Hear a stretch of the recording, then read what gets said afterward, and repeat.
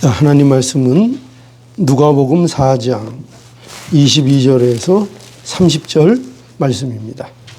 우리는 지금 예수님의 고향인 나사렛에 예수님이 방문하신 일을 우리가 계속해서 살펴보고 있습니다.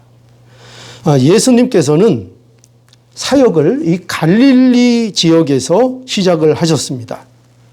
예수님께서는 천국 복음을 가르쳐 주셨고, 그리고 또 많은 병자를 고치셨고, 또 많은 이적을 예수님께서 행하셨습니다. 그리고 이런 소문이 사방에 퍼져서 이제 많은 사람들이 예수님의 소문을 듣게 되었습니다. 이러한 시점에서 예수님께서 이제 고향인 나사렛을 방문하셨습니다. 그리고 예수님께서는 늘 그렇게 하셨듯이 그곳에 회당을 찾아가셔서 그 회당에 들어가셨습니다.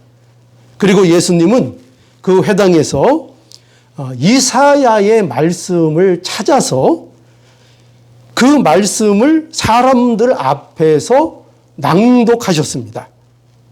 그 말씀이 뭐냐면 이사야 61장에 예언된 말씀인데, 그 말씀의 내용이 무엇인가 하면 바로 이거죠. 가난한 자에게 복음이 전파되고, 포로된 자가 자유케 되고, 눈먼 자가 다시 보게 되는 그러한 은혜의 해, 주의 은혜의 해, 희년이죠. 영원한 희년, 예언된 희년, 그 희년을 전파하게 되리라. 이 말씀을 예수님께서 읽으셨습니다. 그리고 예수님이 이 말씀을 낭독하시고 이 말씀이 약속대로 너희 귀에 응하였다, 이렇게 말씀해 주셨습니다. 굉장히 놀라운 말씀이죠. 너무나도 놀랍고 너무나도 은혜로운 예수님의 말씀입니다. 이 말씀을 하셨습니다. 그리고 오늘 본문에 보면, 오늘 본문은 이런 예수님의 말씀이 선포되었을 때에 이제 나사렛 회당에서 일어난 일들이 무엇이냐? 이런 예수님의 은혜로운 말씀을 들은 그 현장에서 어떤 일들이 이루어졌느냐를 이제 기록하고 있습니다. 그게 오늘 본문의 내용입니다. 그래서 여기 보면 22절에 보니까 이렇게 되어 있습니다. 22절. 저희가 다 그를 증거하고 그 입으로 나오는 바 은혜로운 말을 기이 여겨 가로되 이 사람이 요셉의 아들이 아니냐라고 합니다. 여기 22절의 이 구절은 예수님의 말씀을 들은, 그러니까 나사렛 사람들의 반응을 얘기하고 있습니다. 반응을 얘기하고 있는데, 나사렛 사람들은 모두 지금 그 말을 듣고 감탄했습니다. 그죠? 여기 보면은 칭찬했다 이렇게 돼 있죠. 여기 저희가 다 그를 증거하고 이렇게 돼 있죠. 증거하고. 이 말을 우리가 다르게 번역하면 증거했다는 말에는 칭찬했다는 뜻이 담겨 있습니다. 그러니까 예수님이 전한 말씀을 듣고 이 많은 사람들이 그 말씀으로 인하여 감탄하고 그 말씀에 대하여 칭찬했다, 그렇게 말하고 있습니다. 또 뿐만 아니라 여기 보면은 이 나사렛 사람들이 기이 여겼다, 이렇게도 말하고 있어요. 기이 여겼다. 그러니까 나사렛 사람들은 이 사람이 우리가 잘 아는 그 목수 요셉의 아들인데, 그런데 어떻게 이렇게 은혜로운 말을 할 수 있는가? 그래서 어떻게 생각했다는 거예요? 기이하기도 하고, 그 하는 말이 너무나 놀랍기도 하고. 그러니까 이 나사렛 사람들은 지금 여러 가지 복잡한, 그죠? 그런 마음이 있고, 그래서 이렇게 얘기를 한 것입니다. 이해가 가지요. 그죠? 저희 아버님이 저한테 그런 말씀을 하셨어요. 전화를 언제 한번 드리니까 그런 말씀을 하시는 거예요. 야, 너 설교를 들어보니까 저희 아버님이 별로 신앙이 없으시거든요. 그런데 어떻게 그렇게 그런 말들을 어떻게 할 줄 아냐? 그러니까 아버지의 입장에서는 그 아들이 목회를 하면서 설교를 하고 말씀을 증거하는 게 너무나 신기하신 거예요. 아니, 어디서 그런 말들을 배워서 그런 말들을 할 수 있는가? 이렇게 궁금해 하시더랍니다. 그러니까 여기 그거 보면은 여기도 좀 그런 것 같아요. 나사렛 사람들이 예수님의 하시는 그 말씀들, 하시는 일, 은혜로운 선포, 이런 걸 들었습니다. 들었는데, 이 사람이 분명 우리가 아는 그 요셉, 목수의 아들인데, 근데 어떻게 저 사람이 별로 배운 것도 없는 것 같고, 나이도 어리고, 그런데 어떻게 이렇게 은혜로운 말을 할 수 있는가? 이러면서 기이 여기고, 이상하게 여기고, 또 한편으로는 감탄하기도 했다는 거죠. 자, 그런데 여기 나사렛 사람들은 지금 여기 뭐라 그랬어요? 그래서 이 사람이 요셉의 아들이 아니냐 이랬다는 거예요. 여기서 이 사람이 요셉의 아들이 아니냐 이렇게 말씀한 것은 우리가 단순한 감탄이나 단순하게 기이 여기는 그런 말은 아니에요. 왜 그런가 하면 이 말은요, 그렇다고 해서 또 이런 말도 아니에요. 우리는 쉽게 이 말을 우리가 어떻게 생각하기 쉬운가 하면은, 이 나사렛 사람들이 비꼬는 거 아니냐, 이렇게 우리가 생각할 수도 있습니다. 물론 그런 의미가 좀 있을 수는 있어요. 그러나 여기에서 이 말은요, 그것 이상의 의미를 갖고 있어요. 그게 뭐냐 하면, 사람들은 지금 예수에게요, 기대를 하고 있다는 것입니다. 기대를 하고 있는 거예요.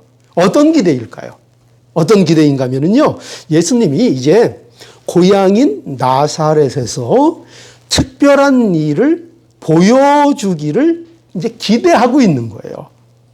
자, 우리가 왜 이렇게 생각할 수 있는가 하면은요, 그 근거가 무엇인가 할 때, 나사렛 사람들은 이미 예수님의 소문을 알고 있었다는 거예요. 이미 알고 있었어요. 예수님께서 이미 갈릴리 지역을 다니시면서 많은 병자를 고쳐주셨습니다.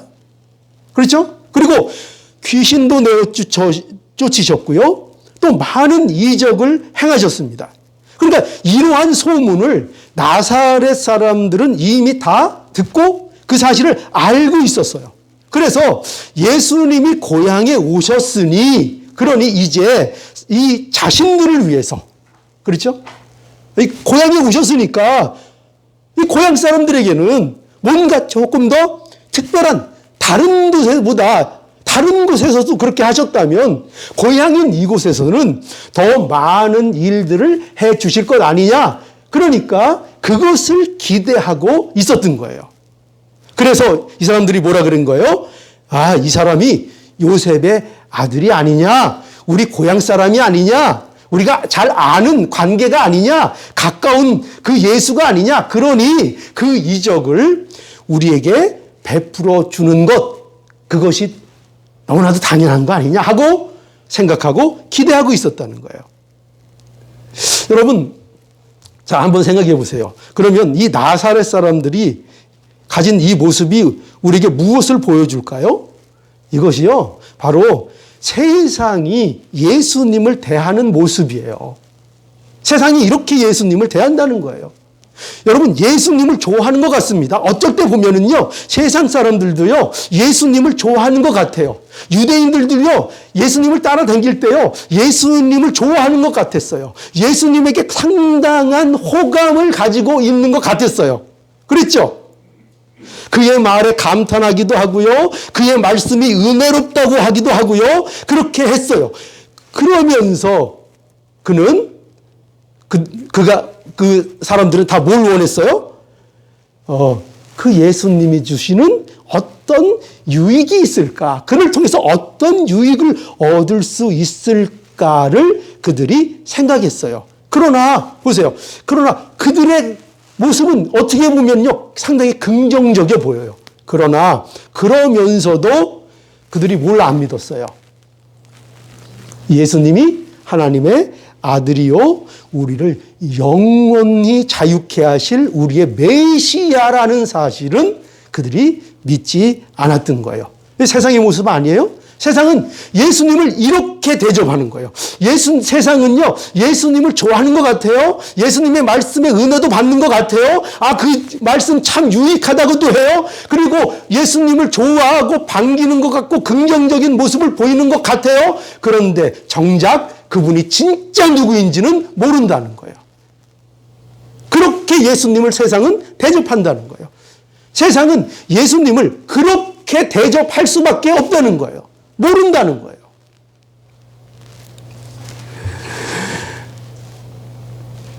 바로 세상이 또 오늘 이 본문의 나사렛 사람들처럼 유대인들이 우리 예수님을 대하는 모습이 바로 이 나사렛 사람들의 반응을 통해서 우리에게 잘 보여지고 있는 것입니다. 그래서 요한복음에 보면은 요한이 뭐라고 얘기했습니까? 자기 땅에 오매 누가? 예수님이, 그죠? 예수님이 자기 땅에 오매 자기 백성이 영접지 아니하였다. 그 백성이 영접하지 않았다는 거예요. 자, 우리 예수님은요, 바로 이러한 나사렛 사람들의 마음을 다 아셨어요? 모르셨어요?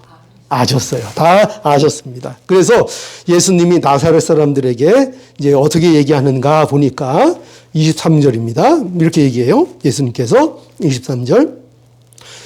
예수께서 저희에게 이르시되 너희가 반드시 의연하나 너를 고치라 하는 속담을 인증하여 내게 말하기를 우리의 들은 바 가버나움에서 행한 일을 내 고향 여기서도 행하라 하리라. 이렇게 말씀하셨어요.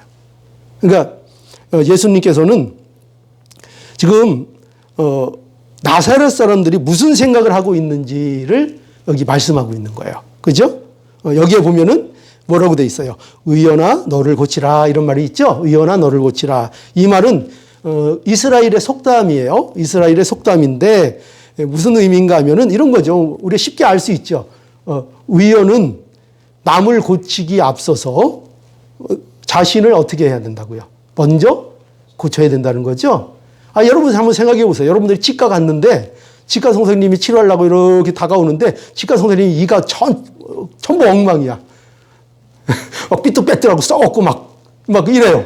그러면 거기서 치료받을 마음이 생겨요? 안 생겨요? 그죠? 그러니까 세상에서도 그런 속담이 있잖아요. 그죠? 의연아, 네가 다른 사람들을 고치려면 너무부터 고쳐야 될 것이다. 이제 그러니까 그런 말을 가지고 이제 예수님께서 무슨 말씀하시는 거예요? 나사렛 사람들이 이 속담의 원리를 갖다가 써서, 그죠? 이 원리를 갖다 써서 예수님께 다른 곳보다 고향에서 자신들을 위해서 기적을 행하는 것이 마땅하지 않냐 하면서 요구를 할 것이다. 그죠? 그렇게 이제 예수님께서 말씀을 하신 거예요. 그러니까 예수님은 여기 보면은 예수님은 나사렛 사람들이 자신을 어떻게 대할지를 아셨죠? 다 아셨습니다. 그래도 예수님은 이게 놀라운 거예요. 이게 참 은혜로운 거예요. 그래도 예수님은 나사렛을 방문하신 거예요. 그래도. 그러니까 나사렛에 가면 그들이 예수님을 어떻게 대접할 것인지 예수님이 아셨어요? 모르셨어요? 아셨죠. 다 아세요. 그들의 마음속을 다 아세요. 그래도 예수님이 그곳에 방문하셨어요. 필요해서 방문하셨어요. 그들이 결국 예수님을 죽이려 할 것임을 아셨는데도 거기에 가셨어요. 그래도 그들을 찾아오셨고 그들에게 복음의 말씀을 증거해 주셨습니다. 여러분, 예수님은요, 우리에게도 그러신 분이에요. 예수님은요, 우리에게 그럼에도 불구하고 날마다 어떻게 하세요? 찾아오시는 분이에요. 날마다 찾아오시는. 예수님이요, 예수님의 인생을 보시면 이걸 분명히 아셔야 돼요. 예수님이 많은 고난을 당하셨는데요. 그런데 예수님이 몰라서 그 일을 당하셨어요?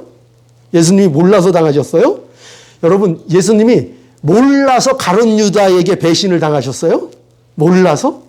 다 하셨어요. 그래도 예수님은 제자로 가룟 유다를 부르시고 그를 제자로 이끌으시는 동안 가룟 유다를 미워하셨을까요? 미워하셨을까요? 아니요, 미워하지 않으셨어요. 그래도 가룟 유다를 제자로 품으시고 가르치시고 함께하는 시간들을 가지셨어요. 모르시는 게 아니에요. 결과가 무엇인지를 다 아시면서도 예수님께서는 그렇게 하신 분이에요. 이게 예수님이에요. 여러분, 예수님은 베드로가 3번 부인할 줄 아셨을까요? 모르셨을까요? 아셨어요. 아셨어요.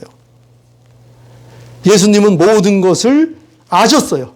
아셨는데도 예수님은 당하셨어요. 당하셨어요. 고난을 받고 잡히시고 십자가에 죽으실 줄 알면서도 우리 예수님은 그 길을 가셨어요. 알면서도 그 길을 가셨어요.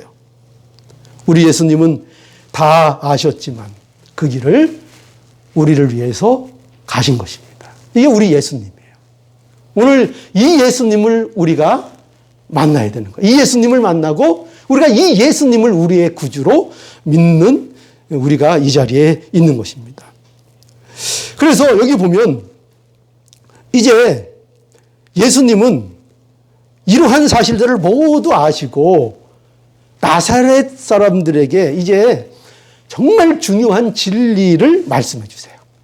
그게 뭐냐 보니까 이렇게 말씀하십니다. 24절이에요. 24절에 예수님은 이 사람들의 잘못된 생각을 바로잡기를 원하시고 그래서 무슨 말씀을 하셨는가? 24절의 말씀이에요. 다 함께 읽어볼까요? 자, 24절입니다. 시작. 또 가라사대 내가 진실로 너희에게 이르노니 선지자가 고향에서 환영을 받는 자가 없느니라. 이렇게 말씀하셨어요. 이 말씀은, 이 예수님의 이 말씀은요, 그 일반적인 그 속담을 말씀하고 있는 게 아니에요. 속담이 아니고요. 이 말씀은 뭐 이런 게 아니에요. 이 말씀은 무슨 가까운 사람, 잘 알고 있는 사람들에게는 그 권위를 세우기가 힘들다. 그런 의미처럼 들리죠? 물론 그런 의미가 전혀 없다고는 할 수 없어요. 그런데 여기서 예수님이 이 말씀을 그런 의미로 말씀하신 게 아니에요. 그런 말씀을 하신 게 아니라 예수님이 여기 선지자가 고향에서 환영을 받는 자가 없다고 하신 말씀은 뭐를 말씀하시는 건가 하면은 선지자의 역할을 말씀하시려는 거예요. 선지자의 역할. 그리고 선지자의 사명의 특성에 관한 말씀을 지금 나사렛 사람들에게 해 주시는 거예요. 자, 이게 무슨 말인가 하면은요, 여러분, 이스라엘의 역사를 보면 하나님께서 늘 누굴 세웠어요? 제사장도 세웠지만 시대에 따라 또 선지자들을 세웠어요. 세우셨어요. 그리고 이 선지자의 역할이 무엇이었죠? 이 선지자가 뭘 하는 사람들이었어요? 선지자는 언제나 이스라엘의 타락을 지적하는 역할을 맡았었어요. 그래서 이스라엘의 타락의 시기에 늘 하나님이 누굴 세웠는가? 선지자들을 세우셨고 그 선지자들을 통해서 그 부패를 지적하게 하시고 그리고 그 이스라엘을 꾸짖게 하셨어요. 바로 쓸 수 있도록. 하나님께서 이스라엘이 타락할 때마다 선지자를 세우시고 그 선지자를 통해 이스라엘의 타락을 꾸짖으셨습니다. 근데 보세요. 근데 그럴 때마다 이스라엘이 그걸 좋아했어요? 그걸 좋아했어요? 아니요. 역사적으로 그들은 좋아하지 않았어요. 이스라엘은 그걸 싫어했고 그래서 그들은 언제나 그 시대의 선지자들을 언제나 배척했어요. 그래서 언제나 선지자들은 그 시대의 배척을 받았고 그 시대의 박해를 받았고 핍박을 받았어요. 그 왜 그런가? 왜 그런가 하면은 그것이 선지자들의 역할이었어요. 선지자들을 왜 보냈는가? 그 일을 하도록 보내신 거예요. 선지자들을. 그것이 선지자들이 갖고 있는 사명의 특성이었어요. 그런데 예수님은 지금 바로 이거를 말하고 있는 거예요. 이것을 말씀하고 있는 거예요. 이것을. 선지자들은 사명이 뭐라고요? 그 잘못된 것을 바로잡고 지적하고 바로 쓸 수 있도록 해주는 그 사명, 그 역할을 갖고 있다는 거예요. 선지자들은. 그래서 이 역할 때문에 언제나 배척을 받았다는 거예요. 여러분, 예수님께서 이 말씀을 도대체 나사렛 사람들에게 왜 하실까요? 왜 하세요? 예수님도 지금 어떠한 역할을 위해서 그들 앞에 서셨다는 거예요? 예수님도 우리의 영원한 선지자로 오셨다는 거예요. 예수님이. 그래서 예수님은 선지자의 역할과 사명이 있다는 것입니다. 예수님은 유대인들에게 바로 이 진실을 말하려고 오셨다는 거예요. 그걸 말씀하고 있는 거예요. 여러분, 그러면 그 진실이 뭘까요? 예수님이 나사렛 사람들에게 밝히고 싶은, 또 알려주고 싶은 그 진실이 뭐예요? 그 진실이 뭐예요? 이것 때문에 핍박을 받는 거예요, 예수님이. 뭐냐면요, 하나님이 약속하신 메시아는 모든 인류의 근본적인 문제, 여기 이 말씀이 중요한 거예요. 모든 인류의 근본적인 문제. 그게 뭐예요? 죄의 문제죠? 바로 이 죄의 문제를 해결하러 오신 메시아라는 것입니다. 그렇기 때문에 하나님의 복음은요, 이스라엘 민족만을 위한 것이 아니라는 거예요. 이스라엘 민족만을 위한 것이 아니다. 하나님의 나라는 이스라엘의 민족적, 정치적인 목적을 위해서 메시아가 오시는 것도 아니고 하나님은 그런 메시아를 약속하지도 않았다는 거예요.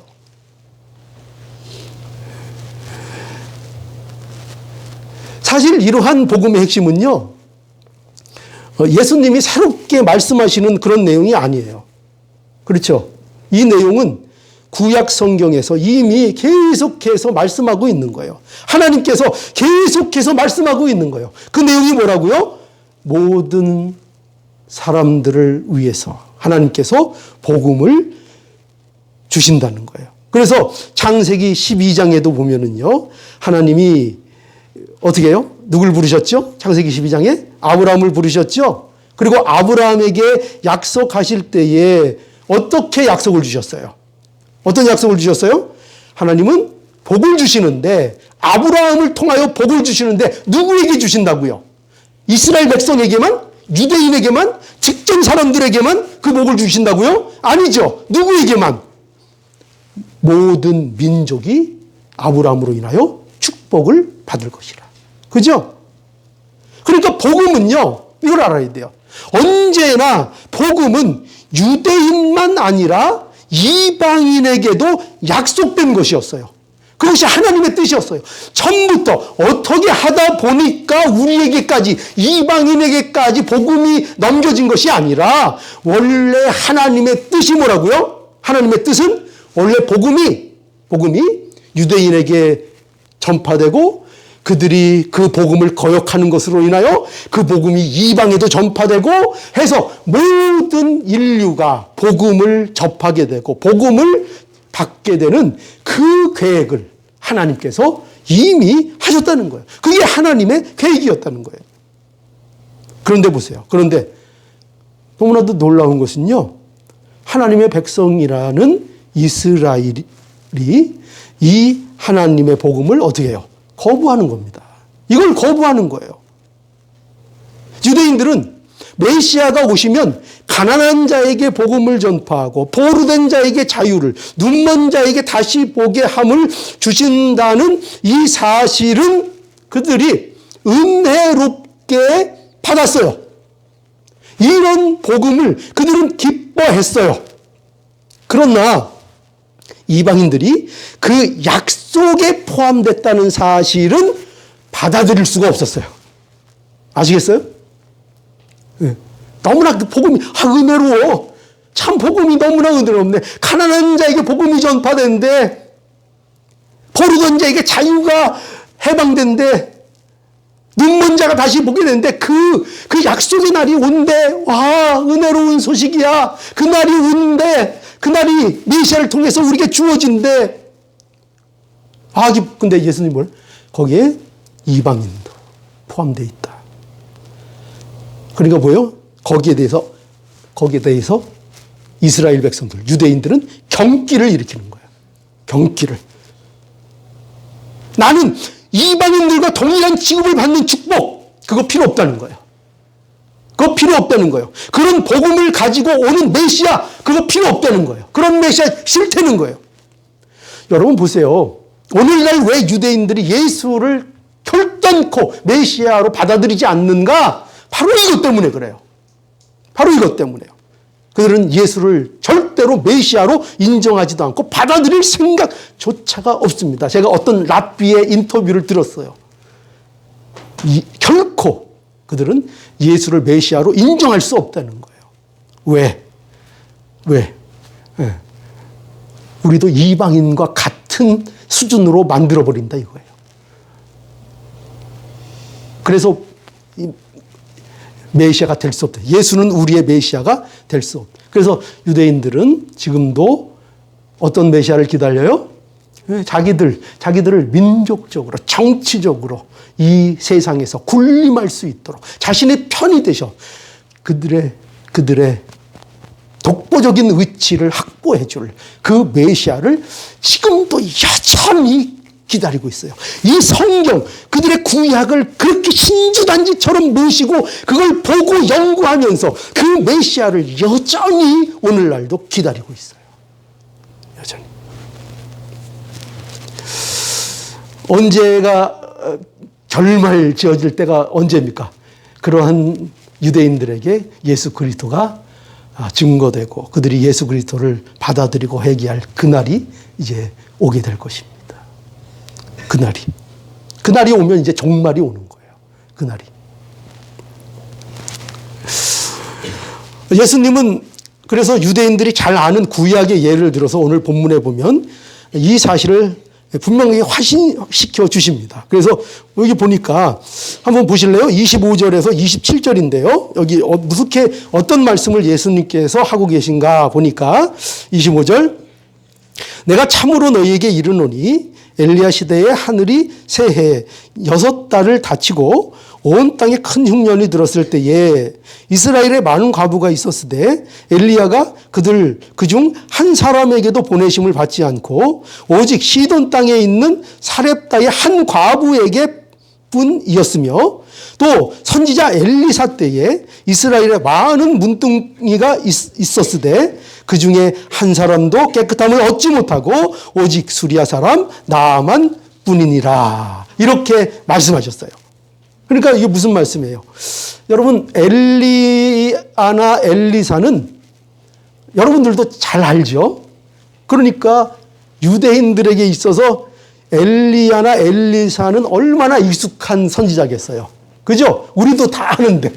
그러니까 너무나도 유명한 구약의 선지자예요. 근데 여기 보니까 예수님은 엘리야가 온 땅에 큰 흉년이 들었을 때에 이스라엘에 많은 과부가 있었지만 그중 한 사람에게도 보내심을 받지 않고 오직 시돈 땅에 있는 사렙다의 과부에게만 보내심을 받았다고 이렇게 말씀하고 있어요. 그죠? 이 의도가 여러분 읽혀지세요? 또 엘리사가 이스라엘에 많은 문둥병자가 있는데 그중 한 사람도 깨끗하게 하지 않고 오직 수리아 사람 나아만에게만 깨끗하게 하는 일을 했다는 거예요. 그 일에 보내심을 받았다는 거예요. 여러분 이 말씀이 무엇을 우리에게 말씀하고 있어요?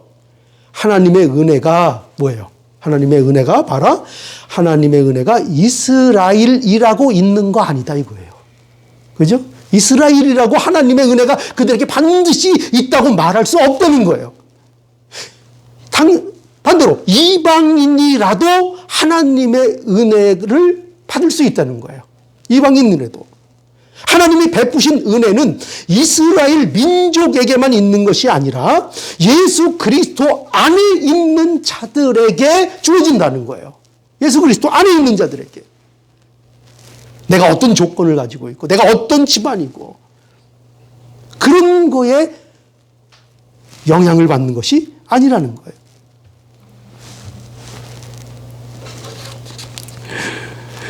여러분, 여러분들이 나사렛 사람들이라고 여러분 한번 생각해 보세요. 이 말씀들을 들을 때 여러분들의 심정이 어떻겠어요? 심정이 어떻겠죠? 이가 갈리겠죠? 이가 갈리겠죠. 예수님의 이 말씀은요, 유대인들의 마음을 그야말로 아주 후벼 팠습니다. 강탈을 해버렸어요. 그래서 여기 보면 어떤 반응이 나오는가 보니까 28절, 29절 한번 볼까요? 거기 이렇게 반응합니다. 28절, 회당에 있는 자들이 이것을 듣고 다 분이 가득하여 일어나 동네 밖으로 쫓아내고 그 동네가 건설된 산 낭떠러지까지 끌고 가서 밀쳐 내리치고자 하되. 자, 이게 무슨 말이에요? 회당에서 예수님의 말씀을 들은 자들이 뭐가 났어요? 다 화가 났어요. 그냥 화가 조금 난 정도가 아니에요. 기분 나쁜 정도가 아니에요. 그들의 분노가요, 그들의 감정이요, 폭발을 해버렸어요. 이성을 다 잃어버렸어요. 그리고 그들이 폭도가 되어서 예수님을 죽이고자 했습니다. 예수님을 죽이고자 했어요. 그들은 지금 뭐 앞뒤 따지고 무슨 법 따지고 그런 정신도 없어요. 그들은 감정에 전부 다 휩싸여 버렸어요. 분노의 감정에 휩싸여서 예수님을 죽이고자 했던 것입니다. 여러분, 도대체 무엇이 이 사람들을 이렇게 화나게 했을까요? 무엇이 이렇게 화나게 했을까요? 왜냐면요, 지금 이 사람들은요, 자신들이 부정당하고 있는 거예요. 자신들이 부정당하고 있는 거예요. 자신들이 지금까지 옳았다고 생각한 것을 부정당하고 있는 거예요. 이게 진리라고 믿던 것이 부정당하고 있는 거예요. 여러분, 이거는요, 너무나도 고통스러운 거예요. 여러분들이 지금까지 그렇게 찰떡같이 믿고 의지했던 것이 여러분 헛것이고 가짜고 거짓이었다는 것이 여러분들에게 밝혀진다면, 누군가 여러분들에게 그 말씀을 한다면 여러분들의 마음은 어떻겠어요? 무너지겠죠. 믿고 싶지 않겠죠. 너무나도 화가 나고 이 사실이 너무나도 고통스럽게 할 것입니다. 그러면 이 나사렛 사람들이 이 고통, 이 찔림을 받고 택한 게 뭐였어요? 회개였어요? 아니죠. 예수님을 죽이고자 했던 것입니다. 어떻게 해결하기를 원했어요? 내가 부정당하지 않기 위해서는, 우리가 부정당하지 않기 위해서는 방법은 뭐예요? 우리를 이렇게 부정하는, 우리의 존재 자체를 부정하게끔 만드는 저 예수를 죽여야 되겠다. 그죠? 예수님이 빛으로 오셨어요. 빛으로 오셔서 우리의 모든 허물을 들춰내세요. 비춰서 허물을 알게 하십니다. 그때에 하나님의 백성이 될 자들은 어떻게 하죠? 거기에서 자기 자신을 발견하고 회개하고 무릎 꿇고 예수 그리스도를 의지하는 대로 그들이 나아갈 것입니다. 그러나 반대에 있는 사람들은 어떻게 하겠습니까? 그걸 감추기 위해서 도무지 견딜 수가 없어요. 어떻게 할 수밖에 없어요?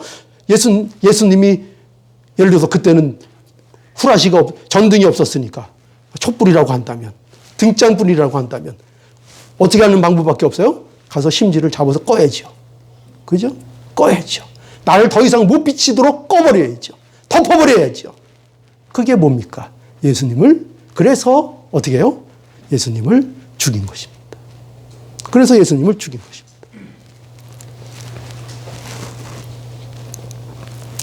이것이 예수님이 핍박을 받은 이유입니다. 예수님은요, 이 땅에 무슨 사역을 감당하시러 오셨어요? 무슨 사역을 감당하셨습니까? 선지자의 사명, 그 역할을 감당하셨고, 그 선지자의 역할 때문에 뭐가 항상 예수님께는 따라왔어요? 박해가 항상 따라왔습니다. 항상 따라왔습니다.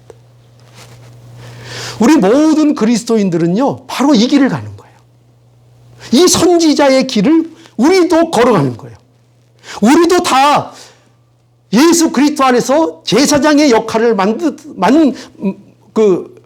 받았을 뿐만 아니라 우리는 또한 선지자의 역할을 우리가 받았어요. 그래서 선지자의 길을 우리 모두가 걸어가야 합니다. 우리에게는 뭐가 있어요? 그래서 선지자의 사명이 있습니다. 여러분, 우리 모두는요, 선지자적 사명이 우리에겐 다 주어졌습니다. 그리고 우리 모두에게는 그것으로 인한 핍박이 있습니다. 명심하세요. 핍박이 없을 거라고 짐작하지도 마시고, 핍박을 나는 피해야지라고 생각하시지도 마십시오. 핍박이 있습니다.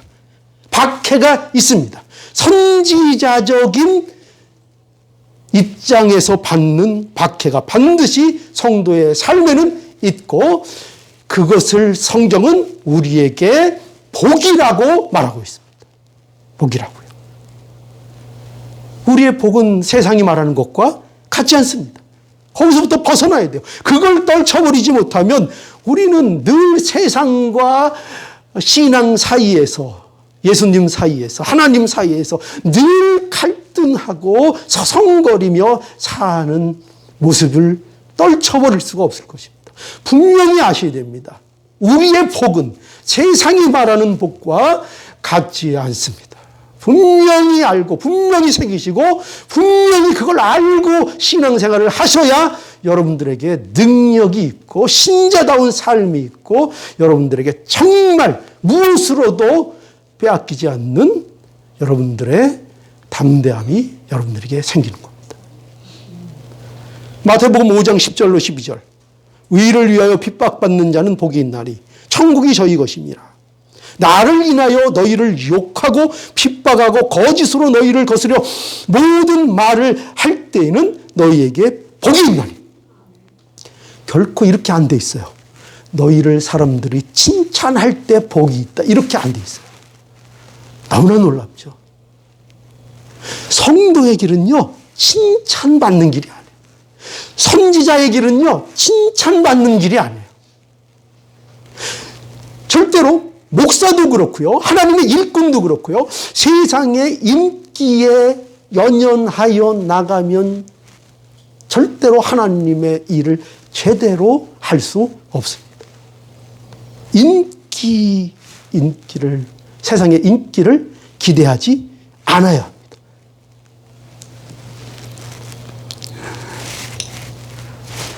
그래서 보세요. 여기 마태복음 5장 12절. 기뻐하며 즐거워하라. 뭐 할 때? 기뻐하라, 기뻐하고 즐거워하라. 어떨 때? 핍박 있을 때. 그죠? 핍박이 있을 때요. 하늘에서 너희의 상이 큼이라. 너희 전에 있던 선지자들을 이같이 핍박하였느니라. 그죠? 선지자는 다 핍박받았어요. 우리가 그 선지자의 사명, 그 역할, 그 특성이 우리에게도 있는 것입니다. 그러니 이 선지자적 핍박을 받는 것은 우리의 영광일 것입니다. 우리의 복일 것입니다. 우리의 복일 것입니다. 자, 이제 마지막 구절을 보시죠. 마지막 구절 30절 우리 함께 읽어보죠. 시작. 예수께서 저희 가운데로 지나서 가시니라. 여러분, 이 구절 읽으실 때 뭐가 느껴지세요? 이 구절은요, 굉장히 신비로움을 우리에게 주지 않습니까? 신비로움을 줍니다. 마치 목과 같은 가면은요, 마치 모세가 홍해를 가르고 그 백성들이 바다 가운데를 유유히 걸어갔던 장면처럼 보입니다. 여러분들은 안 그러세요? 저는 그렇게 보입니다.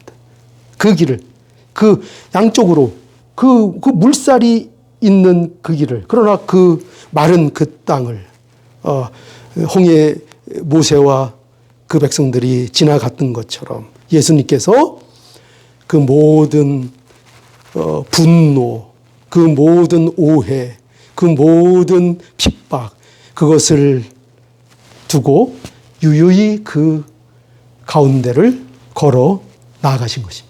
걸어 나가셨습니다. 여러분, 이걸 보니까요, 예수님의 때가 있다는 걸 말씀하는 것 같아요. 그죠? 어떻게 이렇게 여기에서 해를 안 당하셨는가 보니까 그거는 우리에게 이걸 가르쳐줘요. 예수님을 누가 어떻게 하고 싶다고 되는 것이 아니라 예수님의 때가 있다는 거죠. 그죠? 예수님은 누구에 의해서 어쩔 수 없이 이 일을 당하시는 그런 분이 아니시라 예수님께는 하나님이 정하신 때가 있다는 거죠. 우리도 어떻게 보면 같은 사람들입니다. 그죠? 같았다고 말할 수 있습니다. 하나님의 때가 있는 것입니다. 죽는 것도 죽을 때가 있는 거고요. 그죠? 우리 마음대로 되는 문제가 아닙니다. 하나님이 데려가셔야 가는 겁니다. 아무리 가고 싶어도. 그죠? 모든 것이 때가 있습니다. 예수님의 죽음은 하나님 때에 하나님의 방식으로 하나님이 이루실 것이다 하는 것을 우리에게 분명하게 보여줍니다. 이 장면에서. 그죠? 세상이 어떻게 할 수 없다. 하나님이 하신다. 봐라. 마땅히 죽어야 하는데 그 자리를 유유히 지나가십니다. 우리 예수님께서는요, 세상의 오해, 잘못된 기대, 그리고 분노, 핍박, 이런 것을 지나서 계속해서 나아가셨습니다. 계속해서 나아가셨습니다. 우리도 이런 길을 가는 겁니다. 성도의 길은요, 인기와는 거리가 먼 길입니다. 그래서 예수를 믿는 것을 어떻게 비유했어요? 무슨 문? 좁은 문, 그죠? 좁은 문으로 들어가라. 예수 믿는 것을 얘기합니다. 좁은 문으로 들어가라. 좁은 문, 예, 알겠습니다. 좁은 문. 예수를 믿어야죠. 예수를 믿어야. 예. 그래서 예수 믿었는데, 근데 딱 좁은 문 딱 들어갔다고 생각했는데, 또 거기에 뭐가 나와요? 좁은 길. 그죠? 좁은 길. 여러분, 예수 믿으면 넓은 길이 나올 거라고 착각하고 오해하지 마세요. 예수 믿기만 하면, 걱정 마. 예수 믿기만 해. 그러면 그 다음에 그냥 눈 딱 감고 믿어. 그러면 그 안에는 넓어. 예수님 그렇게 우리에게 가르쳐 주세요. 예수 믿는 것은 들어가는 문도 좁고 가는 길도 좁고. 그런데 뭐가 달라요? 사망과 생명. 끝이 다르죠. 사망과 생명. 여러분, 우리는요, 바로 이 좁은 문으로 들어가서 좁은 길을 가는 사람들입니다. 세상은 우리를 오해하고 분노하고 우리에게 대해서 분노하고 우리를 핍박할 겁니다. 그러나 우리는 예수님을 바라보면서 그 모든 것을 지나서 가야 하는 사람들입니다. 그게 우리 성도들의 길입니다. 자, 여러분, 우리 오늘 본문에서 예수님께서는 하나님의 은혜가 특정 민족이나 집단에게만 머물러 있는 것이 아니라 진실로 그 은혜를 사모하는 이방인에게도 동일하게 임한다 하는 말씀을 우리에게 해 주셨습니다.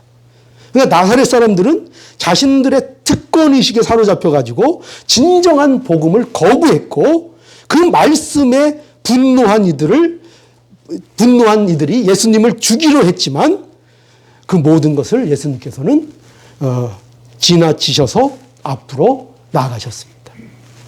이와 같이 오늘도 이 말씀을 우리가 받아서 이와 같이 우리도 세상을 담대히 지나서 우리가 걸어갈 길을 묵묵히 걸어가는 하나님의 성도들 모두 될 수 있기를 오늘 말씀을 통해서 간절히 원합니다. 예.